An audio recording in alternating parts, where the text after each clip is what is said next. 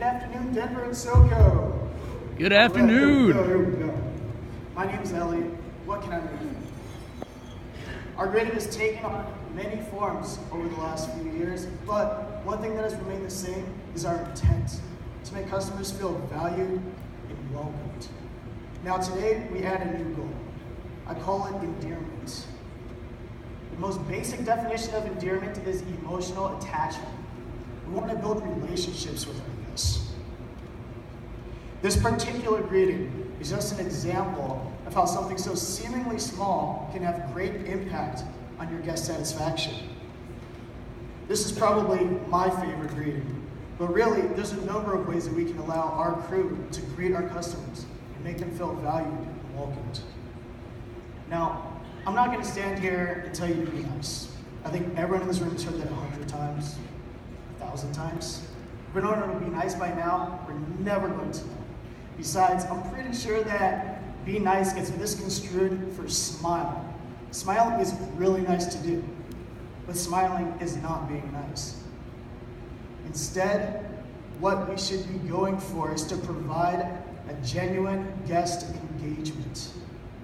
In order for us to provide a genuine guest engagement, we have to allow our crew to be their genuine, authentic selves when they're greeting our guests. For instance, if this beautiful group walked into my restaurant, I'd say, "Hey guys, great hats. What can I make for you today?" That's an awesome lunch meal. Compliments go a long way. Once we've established a culture of genuine guest engagement, we're moving on from interaction and transcending into a relationship building.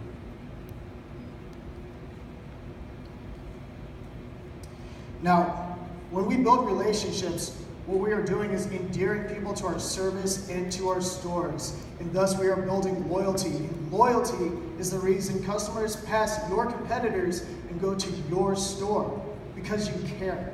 Because you cared enough to establish that relationship with that guest.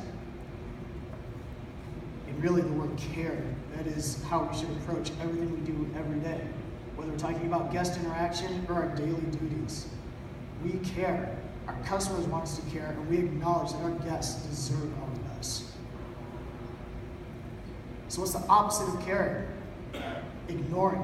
And in this respect, I'm specifically talking about those drive-through windows.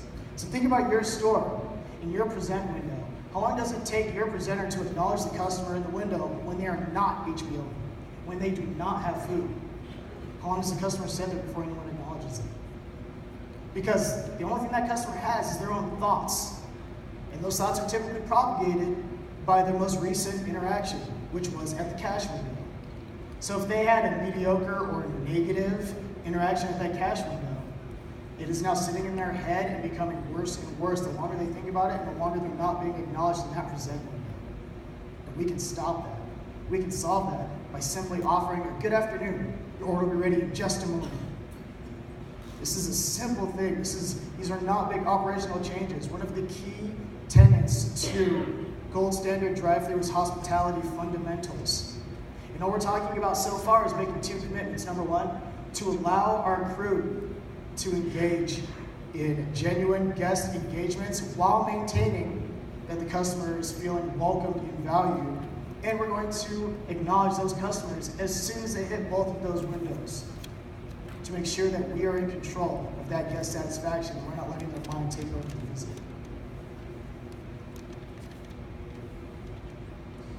So, this is what our guests want. This is what our guests want, and our guests deserve our best. If we make them happy, we will increase those guest counts. And if we increase those guest counts, we're going to increase our sales. We know that we're increasing our guest counts and our sales. We know that 70% of our business is coming through that drive-thru. So we have to keep those wheels moving. We are going to do that by utilizing Pull Forward, but utilizing Pull Forward the right way. Now, I got some pretty compelling statistics from my main man, Ben Morin, about how overall satisfaction is affected by Pull Forward. The national average for overall satisfaction is 56%. When you pull a vehicle forward and you give them no information, no communication, that overall satisfaction drops to an average of 47%. We just lost 9 points because we failed to communicate. Now, if we tell them why we're pulling them forward, it goes back up to 56%, it's a straight wash. All right, here's the kicker, and here's what I would make note of. If we pull a guest forward, we tell them how long their wait will be. We tell them what it is that they're waiting on. That overall satisfaction average goes up to 68%. It is a 12-point increase for simply communicating with our guests. So we're going to do two things. We're going to tell our guests how long they're going to wait. We're going to tell them what it is that they're waiting on. Because this is what our guests want, and our guests deserve our best.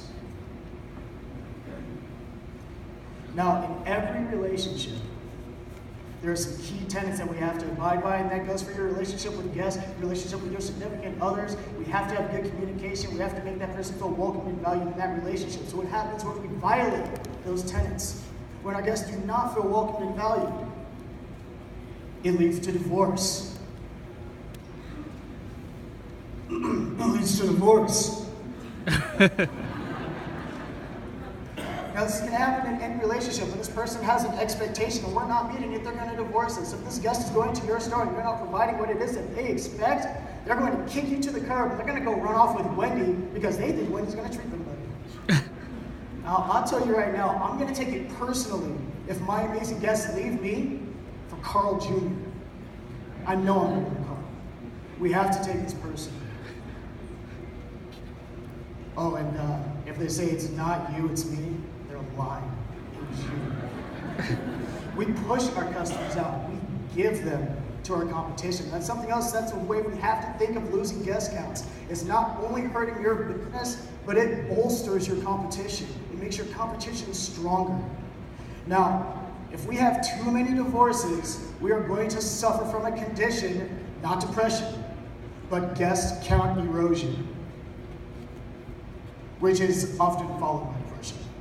You see, our guests generate an image in their head of what their experience is going to be like at our stores, and when we violate that, it makes it very difficult for them to subject themselves to that again, especially when you consider how many competitors are out there fighting for every single customer. Every guest lost is a big deal. Now, every negative experience that a guest has at your restaurant, it takes 5 additional positive visits for them to change your opinion about your store. 5 additional visits. Honestly, that may never happen unless they have a child that is forcing them to go to the store or a buddy that loves them, Mac Jr. Chances are they're not going to come back for these 5 additional visits if you just lost another guest count. Now, I want to put this in perspective and tell you a story about a different business, but same kind of issue. So, my daughter absolutely loves Snow White. Loves Snow White, loves princesses. I really gotta say, I don't have a daughter. But if I did, she would be beautiful, she would be super smart, and she would love Snow White. And she begged me to go to Disney World so that she could see her role model Snow White. So finally we agreed, all right, we're gonna do it. Yeah, she's excited, we're going to Disney World, we're gonna see Snow White. So we get down there, we're in the Magical Kingdom for 3 days, still no Snow White. It's day 4, I'm crossing my fingers, and somehow my daughter's gaze pierces through the hundreds of people down the walkway, and she sees Snow White and goes nuts. She goes crazy. Give me the next slide. Because she's running down this walkway. She's knocking people all over the place. There's popcorn and cotton candy flying through the air. There's people flying through the air until she finally gets to her idol, Snow White. And she tugs on her dress to get her attention, and all of her glory and majesty, Snow White turns around to my daughter with her wig halfway up her head, smoking a cigarette, going, "What do you want, kid?" What happened? Snow White had a late night last night, knowing she had to work at the Magical Kingdom this morning. And now her negativity is infectious. Everyone that she touches, whether it's a guest of the park or it's a coworker, her negativity is rubbing off on them. She is making people's days worse because she is acting this way. Now, we can't control our mood, but we can control how we treat people.